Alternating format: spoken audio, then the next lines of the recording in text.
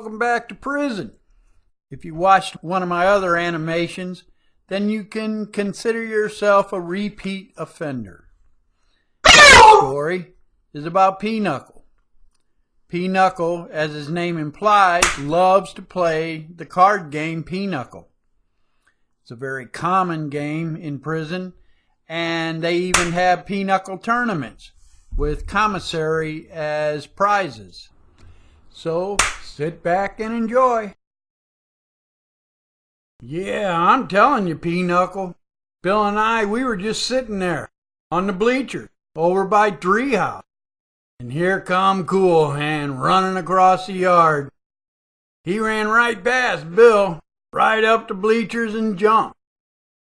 I think that was about his 5th time. They took him away in their golf cart. Hi, boys. Hi, Lavender. Hi, Lavender. Hi. Hey, Lavender. You guys got the right idea sitting out here in the shade. The housing unit is really hot inside. Half-assed. Cherry said if I saw you to tell you she'd be out here in a little while. I'll be here for a while. Hey, Rag, can I come up tonight and you can teach me some more of that jail lawyer stuff? Come on up later, after it cools down a little bit. You learning to be a lawyer? Yeah, Rag is telling me all about that stuff. It was hard at first, but Rag said I should loosen my clothes up a little because the blood may not be flowing to my brain. So I took my clothes off, and pretty soon I'm going to be real smart. Well, I gotta run. I'll see you boys later. Later, Rag. Later, Lavender. Later, Lavender. Bye. Bye. You sure are a little cutie there, Squirrel. What? Whose turn is it? So, Pinocle, you still wanting me to help you get something together for the parole board? Yeah, Rag. I really don't know what to do. If you could give me some advice, tell me what I might say, help me out a little. Okay, what do you say I come by your room later on tonight and let's discuss, see what you want me to do. See if I can help you out, all right? Yeah, I'll be up there in my room after they close the yard about 8 o'clock. So anytime after that, come on by, Rag.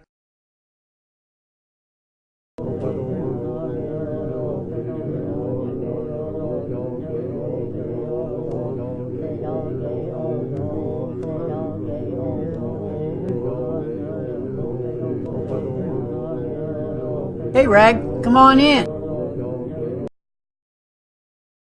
Well, Rag, weren't you supposed to meet up with Lavender and teach her some jail lawyer stuff? She says she wants to get real smart. Yeah, I'm gonna make her real smart. But no, she can't come up tonight. She said the guards came and told her they wanted her and Cherry and April and June to help them with inventory in the commissary. You know, I think they have to inventory that commissary 2-3 times a week. I don't know what they're counting in there, but I've seen them girls carrying armloads of groceries.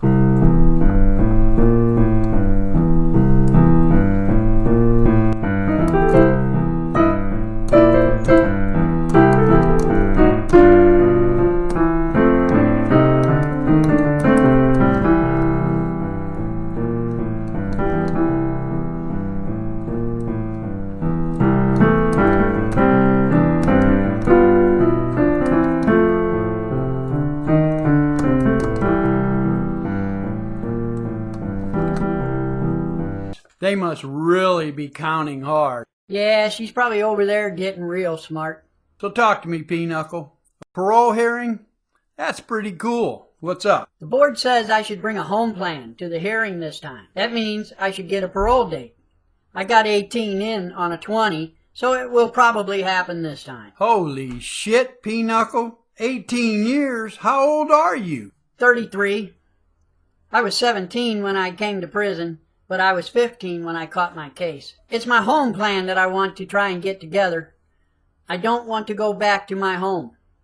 I want to go to another city, to a halfway house there, and start a new life. I don't want to go back to where I came from. I want you to help me write a letter to the board with a home plan in another city. You can count on me, Pinocle. But I have some experience with this, and you have probably heard all this before. First answer from the board will be no.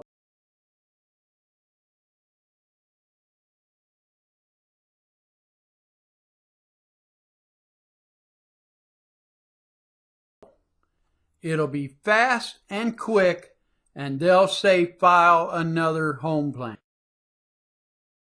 They have a hard rule. That is that you must parole to the county you fell from. Otherwise, everybody would try and parole to Hawaii. Yes, I know people who have tried to parole other places, especially if they are not from this state. Now, when we respond to that rejection letter, that will be the best chance to get through to somebody. But that will take longer, right up to the parole hearing. And here's where others get caught and don't get parole date. If that appeal is rejected, you won't have time to come up with a home plan, and they won't give you a date. So if we do this, and the odds are very slim, you must consider a home plan from where you fell from. I have heard over the years everything you say, but I really have to try. I mean that. I don't want to go home. My family does not know I do not want to parole there. They have been real supportive. I have a home plan already, but I don't want to use it. All right then, Pinocle. Let's write some letters. But to really help you, I would need to know why you're in prison in the first place. Yeah, I figured you would need that. So here are my case files. Everything left after 18 years. You can read them. 18 years ago was a long time. It's all old news to me. But I'll tell you why I'm in prison. Some friends and I were having a party in my dad's basement.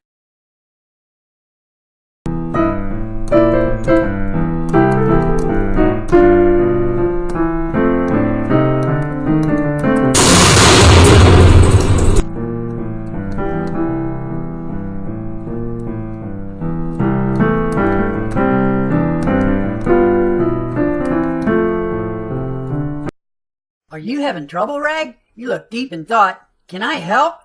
It's not really trouble. It's just that Pinocle asked me to help him write a letter to the parole board. He doesn't want to parole back to where he fell from. He wants to go to another city. Wow, they won't let him do that. I'm from another state and they won't let me go home. Yeah, Rag, that's a tough one. If you're rich and you can pay your own way, I hear that can work. That's the other problem. He has a home plan where he lives, so I'm sure they won't pay to send him somewhere else. Me and Pinocle have been doing time for a lot of years. If he doesn't want to go home, he must have done something real bad. Did he do something real bad? Yeah, it's real bad. But I don't think there was evil behind it. Is there like blood and stuff? Yes, there's blood and stuff. Ooh. Can we help? I need to be inspired to write something meaningful and something that makes sense. I would love to see Pinocle leave. If there's anything I can do, let me know. Me too, me too. Lavender, would you get me that green book on the shelf there? Okay. Which book is The it? green one. The Art of Inspiration. Not this one. Maybe here. No, down here. That's not the kind of inspiration you should be looking for, Rag. Stop that.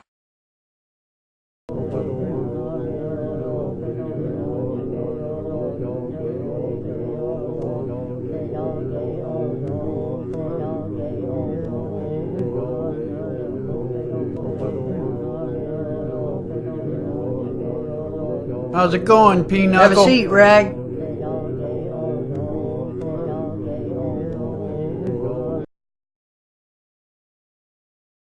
All right, bud.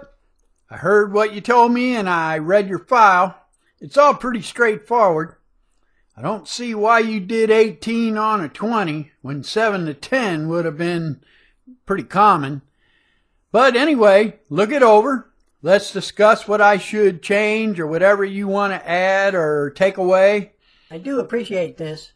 I've been up to the parole board 5 times before. They just always say no. I go every 2 years. So this time, if they say no, I do my 20 and then I'm out. But I really want a chance somewhere else. So thanks for helping me. Remember, they will say no this time.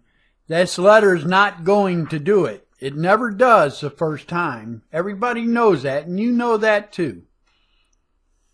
So we'll be writing them again in a couple of weeks. I already got some thoughts on that. Trying to build on this one. Maybe the same person will read it. I don't know how it works. But, hey, let me know. Okay, I'll look at this tonight and let you know what's up. Hey, Red. What's going on, bud? I'm supposed to meet Cherry here. She's washing dishes after chow. She's gonna meet me here when she's done. Well, have a seat. I surely ain't doing anything. Okay, give me a second. I gotta take care of something before I sit down.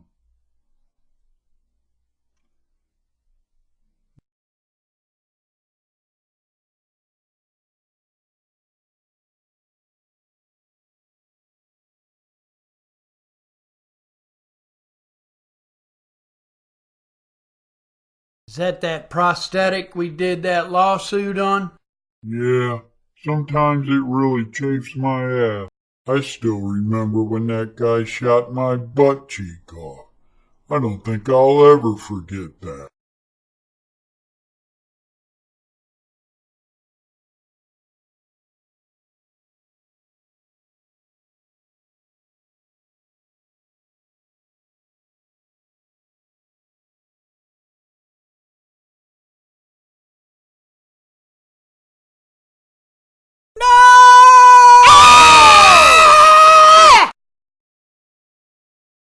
Who's there? No! Too bad you decided not to pursue that. No, not really. When they told me they would throw my plea deal out if I filed it, and then I might get 20 years, it was better to drop it. What was the plea deal? 7, Hi, guys. Hey, Cherry. you all done? Some of them pots and pans are bigger than me. It's really a workout. I'm really tired. I see you got your ass off. You hurting again? Uh-huh. It hasn't gotten better lately. My butt is real raw. I'll rub some lotion on it tonight. Maybe that will help. Well, Rag, have you seen Pinocle lately? He hasn't been out on the yard. Actually, I haven't seen him in a couple of days. We did everything we could do for him. I do know his parole hearing is at 9 in the morning, but he won't get an answer for a week or so. I sure hope he gets what he wants.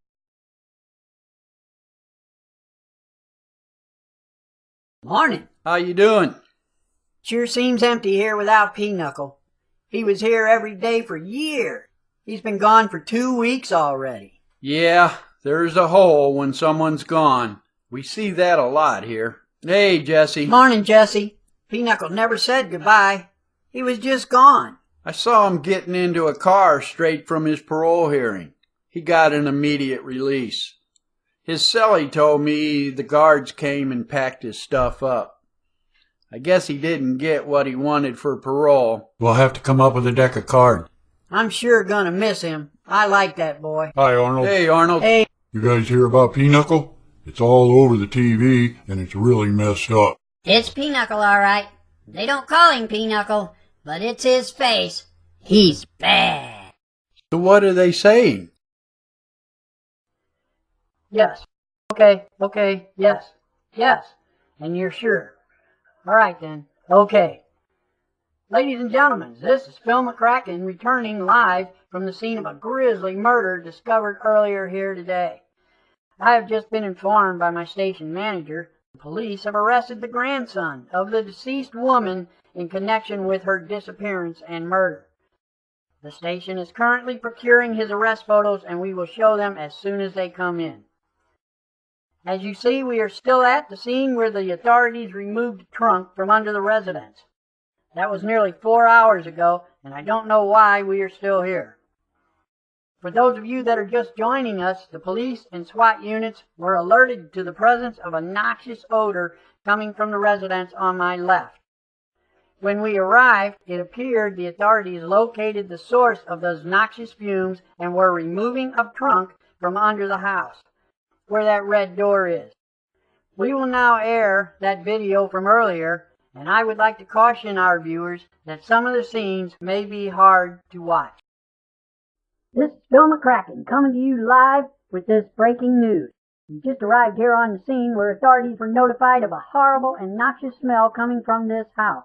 What we've been told so far is that the authorities have identified the offending odor coming from what is described as a trunk-like object beneath the house. Authorities have secured the residence and have assured us that no danger exists. Authorities are now going to remove the trunk from under the house and try to identify the source of the odor.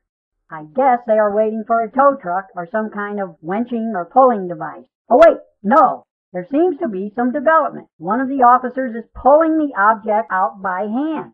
What could be inside is not known, but we will find out. He's almost out. Yes, he pulled it out. There's a tense in the air as we wait for the trunk to be opened. We will probably have to wait for the bomb squad to come and check out the trunk. Oh no, wait! They're opening it! Oh my God, the horror! It must be real bad, as you can see. The officers are throwing up and passing out everywhere. Soon we'll find out what was in the trunk. KOOT TV calling Filma. Come in, Filma. KOOT 40 calling Filma. Hello? This is Rick. Filma's down with the police right now. This is Bill at KOOT 40. Get Filma right away. We just received the booking photos of the grandson, and we go live in 2 minutes. Okay. Filma! We're going live! When? Right now. Here's the mic. They're airing the photos of the grandson. And when do we go live? We are live. Welcome back to all our viewers. We are airing the booking photos of the grandson of the deceased woman that was discovered buried in a trunk underneath her own house. Authorities are saying the grandson confessed to killing his grandmother with a baseball bat, which was found in the trunk alongside his grandmother. Apparently, he had been staying with his grandmother since being released from prison just 2 weeks ago. His motive was allegedly to get money for drugs.